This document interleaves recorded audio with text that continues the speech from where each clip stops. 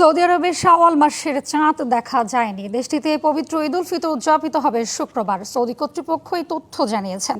চাঁদ দেখা না যাওয়ায় বৃহস্পতিবার রমজান মাসের ৩০ দিন পূর্ণ হবে এবং শুক্রবার থেকে ১৪৪৭ হিজরি সনের শাওয়াল মাসের গণনা শুরু হবে।